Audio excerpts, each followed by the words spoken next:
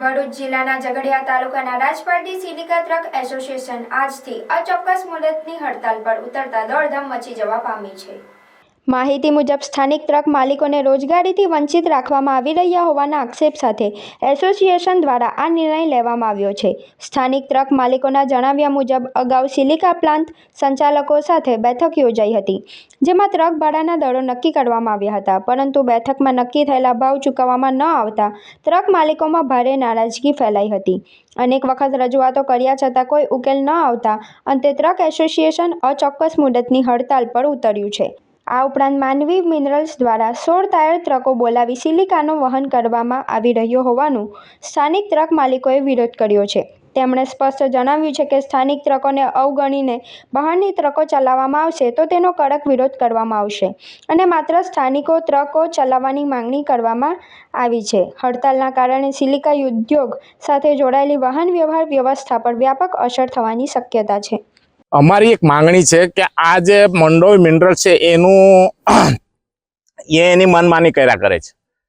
16 tyre એંગાડી બંધ છે, truck honour 445 છે, ટ્રકો 445 છે, ઓનર 145 છે અને 445 ટ્રકો છે। 445 ટ્રકોના ડ્રાઈવરો અને કંડક્ટરો મળીને 900 થયા।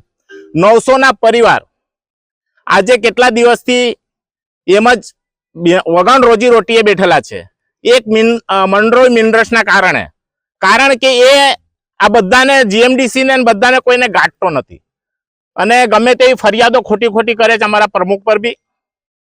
અને જે સિલિકા શેડના જે માલિકો છે તેમણે અગાઉ ભાડો નક્કી કરેલો, તે પ્રમાણે એ ફરી ગયેલા છે અને અમને ભાડો એ પૂરતો આપતા નથી અને 65 રૂપિયા ટનના ભાવથી એંગાડીથી કરે તે એ ઓનરને શું મળે? કશું મળતું નથી। ખાલી 200 રૂપિયા એક ફેરા પર છૂટે જ, તે એ તો ડ્રાઈવરનું બી ને કંડક્ટરનું બી નથી થતું।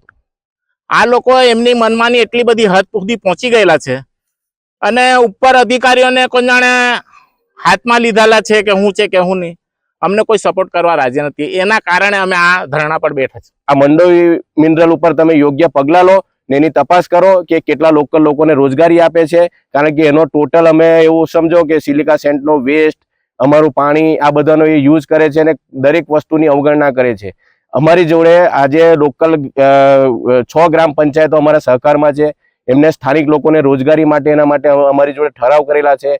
એ વસ્તુ પણ એ માનતો નથી ને અત્યારે જે પેશા એક્ટની જે ખાસ ગ્રામ સભા યોજાઈ હતી એની અંદર બી દરેક ગ્રામ પંચાયતે અમને કીધેલું છે કે ભાઈ મંડોવી મિનરલ્સના વિરુદ્ધમાં ઠરાવ કરેલા છે કે ભાઈ લોકલ લોકોને તમે રોજગારી આપો, પણ તે પણ માનતો નથી। એટલે સંવિધાનનું બી એ ઉલ્લંઘન કરે છે, એટલે એની પર યોગ્ય તપાસ થવી જોઈએ એવી અમારી દરેક ટ્રક ઓનરની માંગણી છે।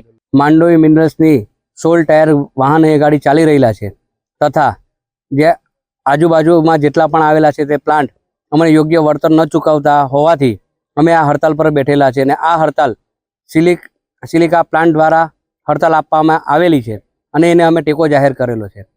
અમારી માંગણી જે આગળ ભાવ વધારેલા એની અંદરથી 1 મહિનાની અંદર એ ભાવ આપ્યા પછી એ લોકો ભાવ આપ્યા જે વાત હતી એમાંથી ફરી ગયેલા છે।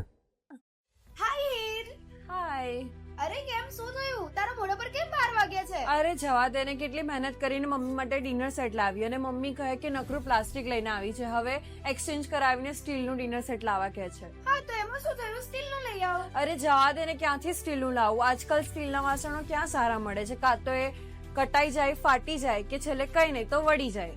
હવે સ્ટીલના વાસણો નહીં ફાટે, વળે કે નહીં કટાય। ભરૂચમાં સ્ટીલની કોઈ પણ વસ્તુ ખરીદવી હોય તો ભરોસો માત્ર એક જ સ્થળ, વર્ષોથી વિશ્વાસપાત્ર નર્મદા ઇન્ડસ્ટ્રીઝ। વાવ, આ તો બહુ હેવી અને સારી ક્વોલિટીનું સ્ટીલ લાગે છે, પણ આ બધી વસ્તુઓ પર ડિસ્કાઉન્ટ મળશે ખરું?